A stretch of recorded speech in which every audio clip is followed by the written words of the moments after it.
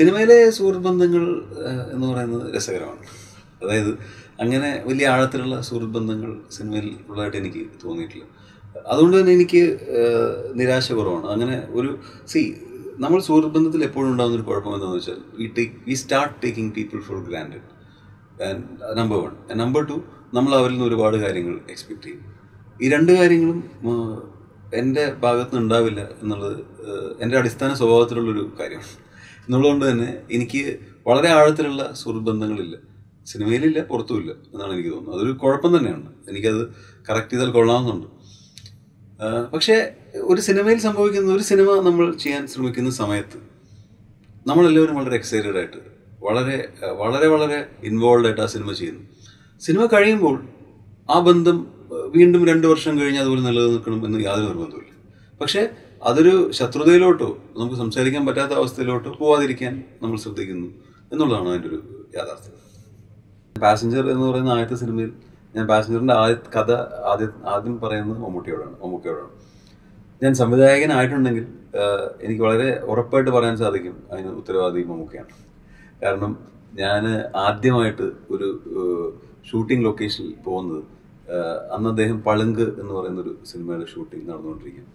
അപ്പോൾ ഞാൻ ആദ്യമായിട്ട് ഷൂട്ടിംഗ് കാണുന്നത് അന്നാണ്, ഒരു സിനിമയുടെ ഷൂട്ടിംഗ്.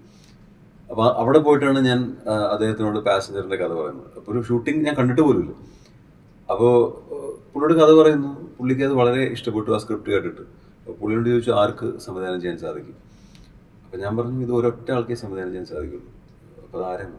ഞാൻ തന്നെയാണ് എന്ന് പറയുമ്പോൾ പുള്ളി ഉറക്കെ ചിരിച്ചിട്ട് പുള്ളിയോട് പറഞ്ഞത്, പുള്ളിയോടനെ തന്നെ അവിടെ ബ്ലെസ്സി അങ്ങനെയുള്ള കുറച്ച് ആൾക്കാരെ വിളിച്ചു വരുത്തി. എന്നിട്ട് പറഞ്ഞത് ഇയാൾ പറയുന്നു ഇയാൾക്ക് സംവിധാനം ചെയ്യാൻ സാധിക്കൂ എന്ന് പറയുന്നു.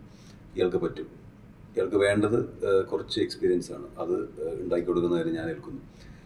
ഇത് പിന്നീട് ആ സിനിമയിൽ അഭിനയിച്ച മറ്റാളുകളായിരുന്നു എങ്കിൽ തന്നെയും ആ പറഞ്ഞ ഒരു അദ്ദേഹത്തിനെ പോലെ ഒരാൾ അത് പറഞ്ഞു എന്നുള്ളത് കൊണ്ട് തന്നെ മാത്രമാണ് എനിക്ക് ആ സംവിധായകനാവാനുള്ളൊരു ഊർജവും ധൈര്യവും ആ യാത്രയിൽ തുടരാനുള്ളൊരു സംഭവം കിട്ടിയത്. അദ്ദേഹത്തിന് വളരെ എളുപ്പത്തിൽ പറയാമായിരുന്നു അതൊക്കെ നിങ്ങളൊരു ഷൂട്ടിംഗ് കണ്ടിട്ട് പോലുമില്ല, അപ്പോൾ ഇത് നല്ല സംവിധായകരെ കൊണ്ടും ചെയ്യിപ്പിക്കാം, നിങ്ങൾ സ്ക്രിപ്റ്റ് എഴുതൂ എന്ന് പറഞ്ഞാൽ ഞാൻ സന്തോഷപൂർവ്വം സമ്മതിക്കുമായിരുന്നു. അപ്പോൾ ആ സിനിമ സംഭവിച്ചില്ല, പല കാരണങ്ങളെ നമുക്ക് അതിൽ അഭിനയിച്ചില്ല. അത് അങ്ങനെ ഒരു സാഹചര്യം ഉണ്ടായില്ല. ആ സിനിമ ഫൈനലി അത് ഉണ്ടാവുന്ന ഒരു ഘട്ടത്തിൽ ആ ക്യാരക്ടറും അതെല്ലാം കൂടുതൽ ചേരുന്നത് ശ്രീനേട്ടനാണ് എന്ന് തോന്നി, അത് മമ്മൂക്കയ്ക്കും തോന്നി. അങ്ങനെയൊക്കെയാണ് അത് വഴിമാറിപ്പോയത്. അങ്ങനെ വീണ്ടും സിനിമകൾ ചെയ്തു. ഇപ്പോൾ ഒരു സിനിമ ചെയ്യാൻ പോവാണ്, വർഷം എന്നാണ് പേര്. ആ സിനിമയിൽ എനിക്കുള്ള പ്രതീക്ഷ ഒരു മമ്മൂട്ടി ഇത്രയോ വർഷങ്ങൾക്കിടയിൽ എത്രയോ വേഷങ്ങൾ ചെയ്തു കഴിഞ്ഞിരിക്കുന്നു. അപ്പോൾ ഒരു സിനിമ അദ്ദേഹത്തിന് ചെയ്യുന്നുണ്ടെങ്കിൽ അത് ആ വേഷങ്ങളിൽ നിന്നൊക്കെ നമ്മൾ കാണാത്ത ഒരു മമ്മൂട്ടിയെ പ്രേക്ഷകർക്ക് കാണിച്ചു കൊടുക്കണം എന്നുള്ളൊരു ആഗ്രഹം ഉണ്ട്. അതിനുള്ള ഒരു സ്കോപ്പ് ആ സിനിമയിലുണ്ട് എന്നാണ് എൻ്റെ ഒരു വിശ്വാസം. അപ്പോൾ അതിനുള്ളൊരു ശ്രമം തീർച്ചയായിട്ടും ഉണ്ട്. പുതിയ സിനിമയുടെ പേര് വർഷം എന്നാണ്. അതിൽ മമ്മൂട്ടിയാണ് നായകനായിട്ട് അഭിനയിക്കുന്നത്. പാസഞ്ചറിന് ശേഷം അങ്ങനൊരു സിനിമ ചെയ്യാൻ ഞങ്ങൾ ആലോചിച്ചില്ല. എൻ്റെ ഭാഗത്ത് നിന്ന് അങ്ങനെ ഒരു ശ്രമം ഉണ്ടായില്ല എന്നുള്ളതായിരുന്നു സത്യം. കാരണം പല രീതികളിലാണ് ഓരോ സിനിമകളും ഉണ്ടായത്. പല ആഗ്രഹങ്ങളായിരുന്നു ഓരോ സിനിമകൾ ചെയ്യുമ്പോൾ. ഇപ്പോൾ വർഷം എന്ന് പറയുന്ന സിനിമ ചെയ്യുമ്പോൾ ഞാൻ പറഞ്ഞല്ലോ, എനിക്കതിൽ ഒരു മമ്മൂട്ടി എന്ന് പറയുന്ന ഒരു ആക്ടറുടെ ഒരു ഇതുവരെ പ്രേക്ഷകർ കാണാത്ത ഒരു തലം എന്ന് പറഞ്ഞാൽ അങ്ങനെ തലം ഉണ്ടോ എന്ന് പോലും നമുക്കറിയില്ല. പക്ഷെ എന്നെ സംബന്ധിച്ച് ഞാൻ മമ്മൂക്കയോടും പറഞ്ഞതാണ്, ഈ വർഷം എന്ന് പറഞ്ഞ സിനിമയിലെ സ്ക്രിപ്റ്റിനെ കുറിച്ച് ഞാൻ ആലോചിക്കുമ്പോൾ, അതിലെ പല സീനുകളെ കുറിച്ച് ആലോചിക്കുമ്പോൾ എനിക്ക് ഇമാജിൻ ചെയ്യാൻ സാധിക്കുന്നില്ല അതെങ്ങനെയാണ് അദ്ദേഹം അഭിനയിക്കാൻ പോകുന്നത്.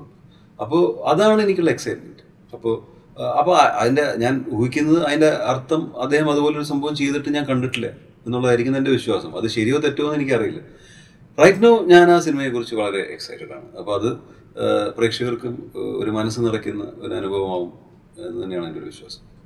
വർഷം ഞാൻ ചെയ്തിട്ടുള്ള സിനിമകളിൽ നിന്ന് വളരെ വ്യത്യസ്തമായിട്ടുള്ളൊരു സിനിമയാണ് എന്തായാലും. അതും ഞാൻ ഈ എല്ലാ സിനിമകളുടെ കാര്യം പറയുമ്പോഴും പറയും ഒരുപാട് കാലം ആഗ്രഹിച്ച സിനിമയാണ് എന്ന് പറയുമ്പോൾ ആളുകൾക്ക് അത് കേൾക്കുമ്പോൾ ചുമ്മാ നമ്മൾ തമാശയായിട്ട് പറയുന്നതാണ്.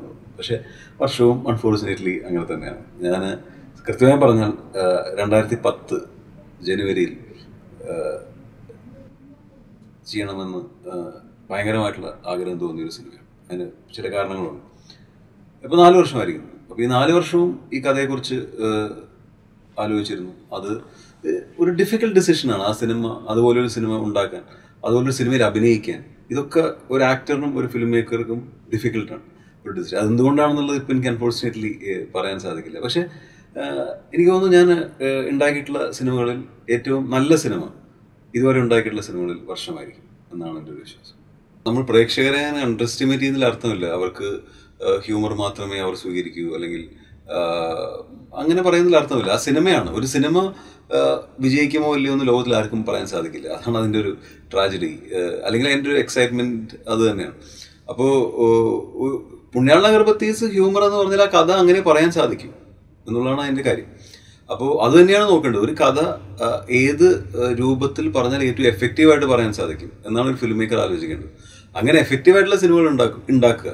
ആ സിനിമകൾ വിജയിക്കുമോ ഇല്ലയോ എന്നുള്ളത് നമ്മുടെ കയ്യിലുള്ള കാര്യമല്ല. ആ സിനിമ ഏറ്റവും നല്ല രീതിയിൽ ഉണ്ടാക്കാൻ ശ്രമിക്കുക, ആ സിനിമ ഏറ്റവും നല്ല രീതിയിൽ മാർക്കറ്റ് ചെയ്ത് ജനങ്ങളോട് എത്തിക്കാൻ ശ്രമിക്കുക. ബാക്കി നമ്മുടെ കയ്യിലുള്ള കാര്യങ്ങളല്ല.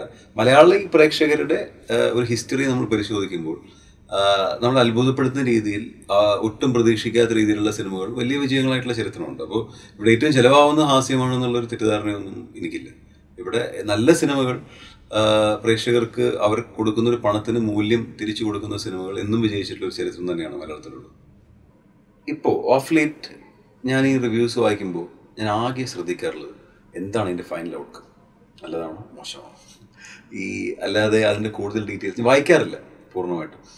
അത് നമ്മളുടെ ഒരു എഗെയിൻ നീ പറഞ്ഞ പോലെ ഒരു നെഗറ്റീവ് എനർജി കൊണ്ടുവരുത്തുന്ന ഒരു കാര്യമാണ്. അതുകൊണ്ട് ഒരു ഗുണമില്ല എന്നാണ് എനിക്ക് തോന്നിയിട്ടുള്ളത്.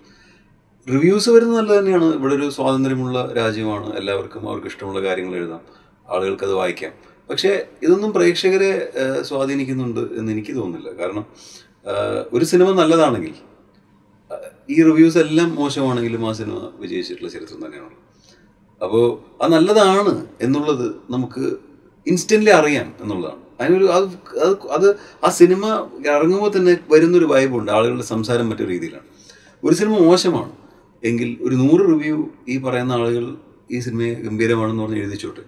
എങ്കിലും ഇത് വായിക്കുന്ന ആളുകൾക്കും ഇത് കാണാൻ പോകുന്ന ആളുകൾക്കും കണ്ട ആളുകൾക്കും എല്ലാം അറിയാം ആ സിനിമ ഒരു മോശം സിനിമയാണ്, അല്ലെങ്കിൽ അത് വിജയിച്ചിട്ടില്ലാത്തൊരു സിനിമയാണ് എന്നുള്ളത്. ഇതിൽ രഹസ്യങ്ങളില്ല. സിനിമയിൽ അൺഫോർച്ചുനേറ്റ്ലി ഓർ ഫോർച്ചുനേറ്റ്ലി രഹസ്യങ്ങളില്ല. ഇതിലെല്ലാം പരസ്യമാണ്. വിജയങ്ങൾ പരസ്യമാണ്, പരാജയങ്ങളും പരസ്യമാണ്. അപ്പം മാർക്കറ്റിംഗ് ഓഫ് കോഴ്സ് വളരെ ഇമ്പോർട്ടൻ്റ് ആണ്. അപ്പോൾ എനിക്ക് തോന്നുന്നത് ഈ സോഷ്യൽ നെറ്റ്വർക്കിംഗ് സൈറ്റ്സ് സിനിമയുടെ മാർക്കറ്റിങ്ങിന് ഒരുപാട് സഹായിച്ചിട്ടുള്ള ഒരു കാര്യം തന്നെയാണ്. കാരണം പ്രത്യേകിച്ച് മലയാളികളിൽ ഇപ്പോൾ ഒരു ഫേസ്ബുക്ക് അക്കൗണ്ട് ഇല്ലാത്ത എത്ര മലയാളീസ് കുറവായിരിക്കും. അറ്റ്ലീസ്റ്റ് യങ്സ്റ്റേഴ്സിലും സിനിമ ആദ്യത്തെ ദിവസങ്ങളിൽ കാണാൻ പോകുന്ന ഒരു ഗ്രൂപ്പ് അവർ തീർച്ചയായിട്ടും ഇൻവോൾവ് ആണ്. അപ്പോൾ അവർക്ക് നമ്മളുടെ സിനിമയുടെ പ്രൊമോഷണൽ മെറ്റീരിയൽ എത്തിക്കാൻ പണ്ട് കുറേ ഡിഫിക്കൽട്ടായിരുന്നു. ഇപ്പോൾ ഈ മാധ്യമം ഉപയോഗിച്ച് എത്തിക്കാൻ എളുപ്പമാണ്.